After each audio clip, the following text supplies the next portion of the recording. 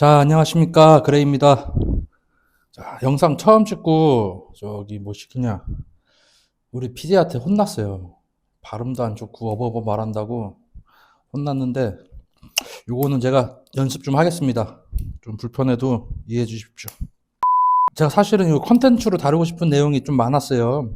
많았는데, 첫 번째 어떤 내용을 찍어 올릴까 생각을 많이 해봤는데요. 첫 영상은 요 내용이 좀 괜찮을 것 같아요. 우리가 처음 인젝할 때 보통 한 번씩 겪게 되는 부작용이 있어요.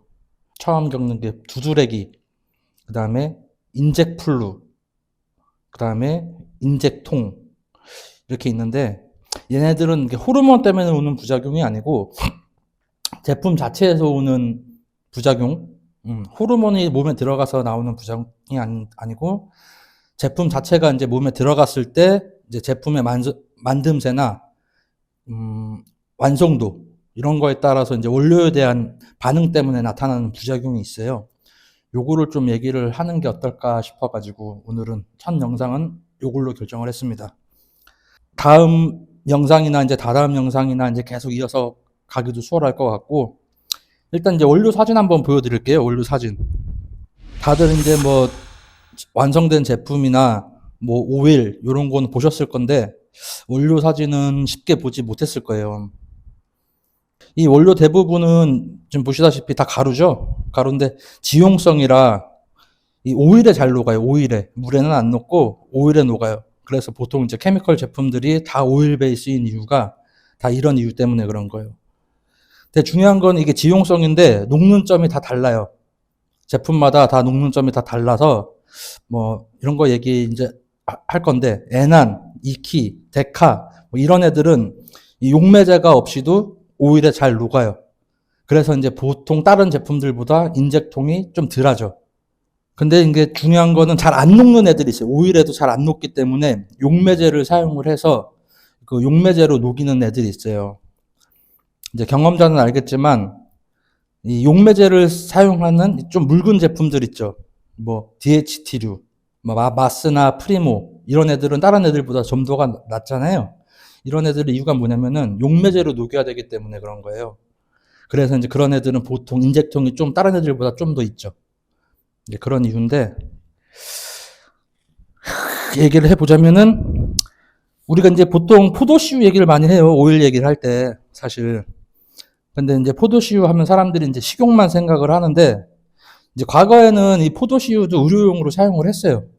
중요한 건 이제 의료용이냐 식용이냐 이 차인데 이제 의료용은 정제가 잘 돼 있겠죠, 당연히. 이제 고순도로 정제가 잘 돼 있고 중요한 건 이제 멸균 처리가 돼 있다는 거예요. 이제 의료용이냐 식용이냐는 이제 딱 그 차이예요.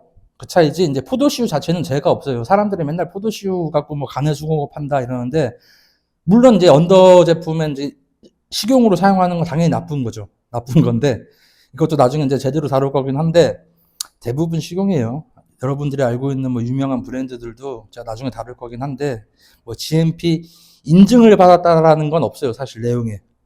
이거 나중에 다룰게요. 요거는 나중에 다룰 거고 이제 얘기를 해보면은 오일에도 이제 피자미유, 뭐 MCT, 뭐 모카씨유, 그 다음에 지금 얘기하는 포도씨유 요 정도가 있고 옛날에는 과거에도 이제 병원에서 썼다 그랬죠. 포도씨유. 요즘에는 이제 모카씨유를 많이 써요. 병원 의료용 제품에는. 뭐 얘기 들어보니까 뭐 단가도 싸고 뭐 만들기도 수월하고 뭐 여러 이유가 있다 그러는데 그래서 여러분이 아는 뭐 네비도의 오일 베이스가 이 모카씨유예요.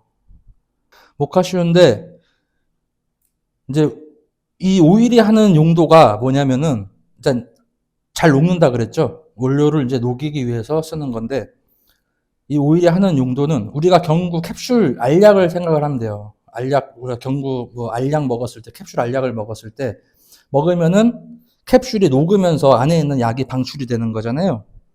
오일도 마찬가지예요. 오일이 몸속에 들어가면은 오일이 확산이 되면서 그 오일 안에 있던 이 원료들이 방출이 되는 거예요. 그래서 사실 이 의료용이나 식용이나 생체 이용률은 100%예요. 둘 다 똑같이 100%인데 이제 사람들이 이제 식용이다 그러면은 조금 거부감이 있죠. 물론 멸균 처리도 안 됐고, 멸균 처리가 안 됐기 때문에 뭐 염증이 생길 수도 있고, 그런 거고.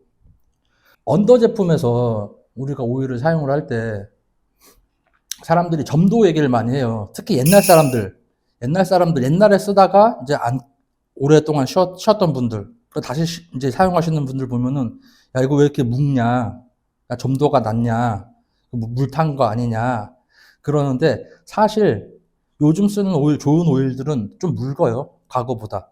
과거의 오일이 좀 점도가 높았고, 요즘 뭐 MCT 오일이 요즘 좀 주를 이뤄요. 언더든 뭐 유명한 브랜드든 MCT 오일을 좀 많이 사용을 하는데, MCT 오일이 좀 묽어요.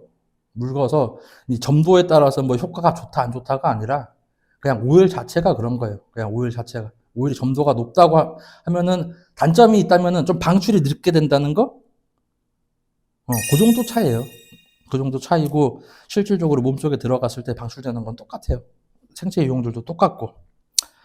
그래서 이제 중요한 거는 본론으로 들어가서 두드러기가 다시 나는 이유가 뭐냐? 두드러기가 나는 이유가 뭐냐? 이 오일에서, 이 용매제에서 오는 반응이에요. 이제 심하게 오는 친구들은 이 두드러기가 막 전신으로도 퍼지고 아니면은 약하게 오는 친구들은 이 주사 부위만 두드러기가 올라오는데 이 오일이랑 용매제 때문에 피부에서 알러지 반응을 일으켜서 이제 이런 두드러기가 올라오는 거거든요. 근데 중요한 거는 이게 두드러기가 별거 아닌 것 같은데 진짜 심한 친구들은 이 호흡곤란까지도 온단 말이에요. 제가 실제로 본 적은 없어요. 사실 뭐 이 두드러기가 심하게 올라와서 호흡곤란이 왔다는 친구는 본 적이 없는데 그래도 호흡곤란이 온다는 얘기가 있어요. 심한 친구들은. 그러니까 본인이 두드러기에 민감한 체질을 가지신 분들 있잖아요. 이런 분들은 위험할 수도 있어요. 이게 TMI이긴 한데 예외적인 상황인데 예나 같은 의료용 제품을 사용을 해도 두드러기가 올라오는 친구들이 있어요. 그러니까 이 친구들은 이 히스타민 반응에 좀 취약한 친구들, 이런 알러지 반응에 취약한 친구들은 멸균이 잘 된 의료용 뭐 예나 이런 걸 사용을 해도 두드러기가 올라오는 친구들이 있다. 그러니까 그게 너일 수도 있다. 요거를 잊지 말아야 돼요. 나는 괜찮을 거란 생각을 하면 안 되고 항상 나도 그럴 수 있다라는 걸 생각을 해야 되고 다음에 이제 인젝플루라는 게 있어요. 인젝플루. 인젝플루가 뭐냐면은 몸살 같은 거예요. 몸살 같은 거, 두통, 발열, 막 어지럼증 이런 게 오는 건데 이것도 마찬가지로 이 호르몬 때문에 오는 게 아니고 인젝하는 과정에서 오는 거예요. 왜냐면은 우리 몸이 외부에서 못 보던 게 몸속으로 들어왔기 때문에 이거 뭐라 그래? 유식한 용어로 사이토카인 반응이라 그래요. 사이토카인 반응. 그러니까 면역 체계가 활동하는 거예요. 그래서 이제 면역 체계가 활동을 하면은 우리 몸속에 들어온 게 이게 세균이라고 생각을 하고 막 공격을 하는 거예요. 그래서 면역계가 발동을 해서 이제 몸살 기운 같이 막 고열도 나고 막 몸도 으실으실 춥고 이제 그런 증상이 나타나는 거고 마지막으로 이제 인젝통. 인젝통은 이제 만듦새에 따라서 좀 틀려요. 이 원료를 잘 녹였냐, 미세결정이 없냐, 이제 이런 거. 우리가 병원 가서 엉덩이에 주사 맞아도 엉덩이 아프잖아요. 안 아프지 않잖아요. 아파요. 그러니까 인젝통은 솔직히 다 겪는 거기는 한데 아무래도 이제 언더 제품 특성상 멸균이라든가 이제 정제가 잘 되지 않았기 때문에 인젝통이 좀 더 심하게 올 수 있죠. 근데 정말 이게 쓰레기 제품, 막 만듦새가 쓰레기이지 않는 이상은 인젝통은 웬만하면 다 적응이 되긴 합니다. 호르몬에 관련된 부작용 말고도 이런 이제 인젝 관련해서 오는 부작용들도 사람들이 모르는 분들이 많아서 이제 제가 이걸 다룬 거고 이제 원료나 이런 만듦새를 얘기한 것도 나중에 다 이어갈 거예요. 왜냐면은 이 원료를 어떻게 녹이느냐, 뭐 고함량이냐, 저함량이냐 이런 만듦새가 우리 몸에 이제 염증 반응이나 인젝통이나 흡수율에 영향을 어떻게 주는지 그거에 대해서도 제가 나중에 다룰 거기 때문에 그래서 이제 요거를 한번 원료에 관한 얘기를 한번 한 거고 나중에 이제 이게 고함량 제품들 있잖아요. 이런 제품들에 대해서도 한번 다룰 예정인데 구독, 좋아요 한번 눌러주시면은 제가 나중에 요 고함량 제품들이 만듦새가 이렇게 됐을 때 이런 반응이 올 수 있고 그리고 이제 프리모 같은 게 왜 고함량이 제품이 나올 수가 없는지 프리모 가끔 막 200, 300짜리 파는 사람들 있잖아요. 이런 거 왜 쓰면 안 되는지 그런 것도 한번 이제 다룰 예정입니다. 구독, 좋아요 눌러주시면은 다음에 이런 거 자세하게 한번 설명 다시 한번 쫙 드리겠습니다. 감사합니다.